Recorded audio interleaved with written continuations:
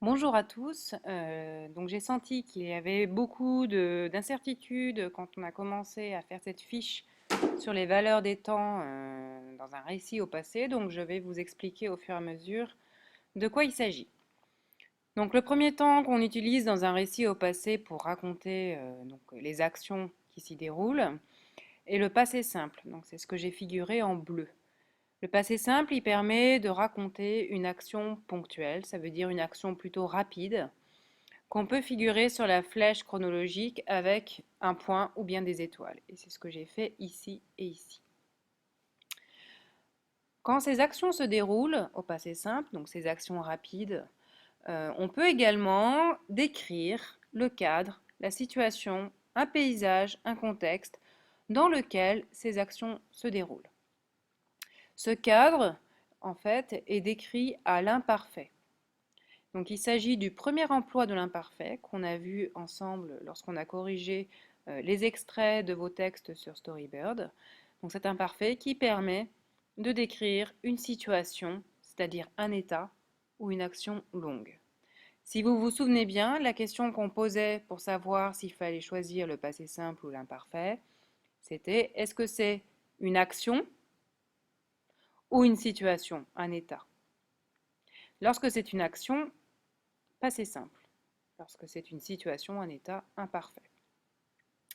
L'imparfait peut également permettre de décrire des actions, mais des actions qui ne sont pas rapides, qui ne sont pas ponctuelles. Ce sont soit des actions longues, et dans ce cas-là, cette action longue, elle permet de décrire la situation, le paysage, le contexte, c'est le premier emploi, soit l'imparfait permet de décrire une action habituelle, et c'est ce que j'ai figuré avec les étoiles en vert. L'exemple que j'avais donné en classe, c'était chaque matin, il se levait et allait à la boulangerie pour acheter sa baguette.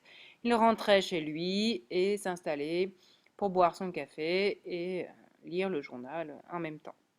Donc en fait, ces actions, elles ont lieu tous les jours et ça devient une habitude. Et dans ce cas, on utilise l'imparfait. Le plus que parfait, c'est une action qui est antérieure à celles qui sont en train de se dérouler, c'est-à-dire les actions qui sont ici, que je raconte au passé simple.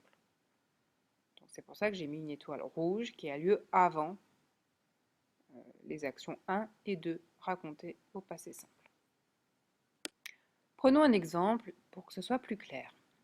Donc cet exemple a déjà été étudié en cours. C'est un extrait d'un texte donc publié sur Storybird. Je le lis. Je soulevai le rocher et découvris avec stupeur un diamant immense. À ce moment-là, le rocher s'abattit sur mon corps et je me retrouvai coincé. Je ne pouvais crier pour alerter mon père, le masque me gênait.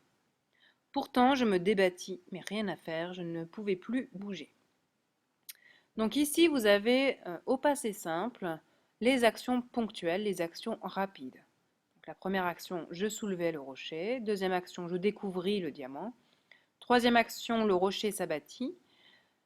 Quatrième action, je me retrouvais coincé. Cinquième action, je me débattis. Ces deux dernières actions rapides ont lieu dans un contexte, dans un environnement, dans une situation qui est décrite à l'imparfait.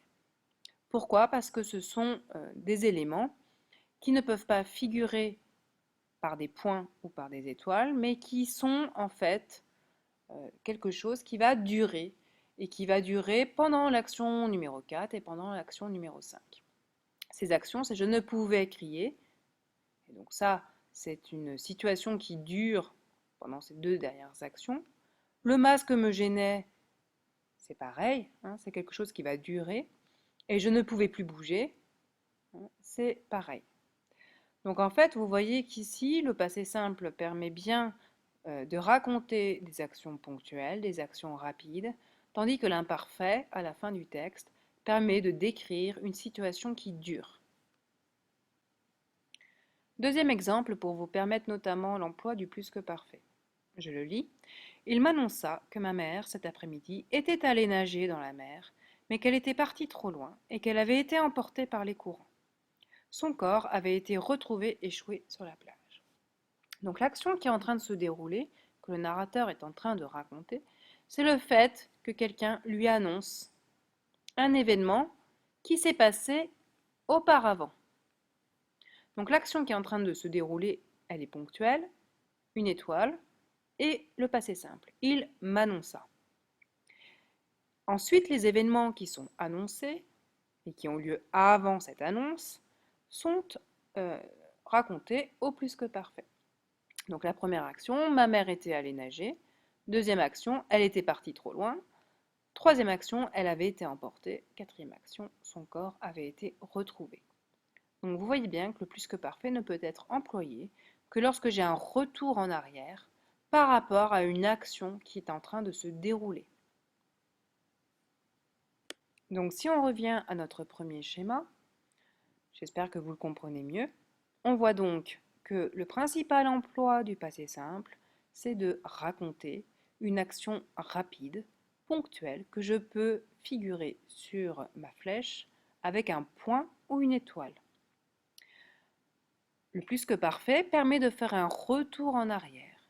Il s'agit de raconter une action qui a eu lieu avant celle qui est en train de se dérouler et que j'exprime au passé simple. L'imparfait, lui, a deux emplois principaux. Soit il permet de décrire une situation, un contexte, un environnement qui pose en quelque sorte le décor des actions ponctuelles racontées au passé simple. Ça, c'est le premier emploi. Le second emploi, c'est une action habituelle. Chaque matin, chaque année, souvent vous avez comme ça des compléments de temps qui vous permettent de comprendre qu'il s'agit d'une répétition d'une habitude.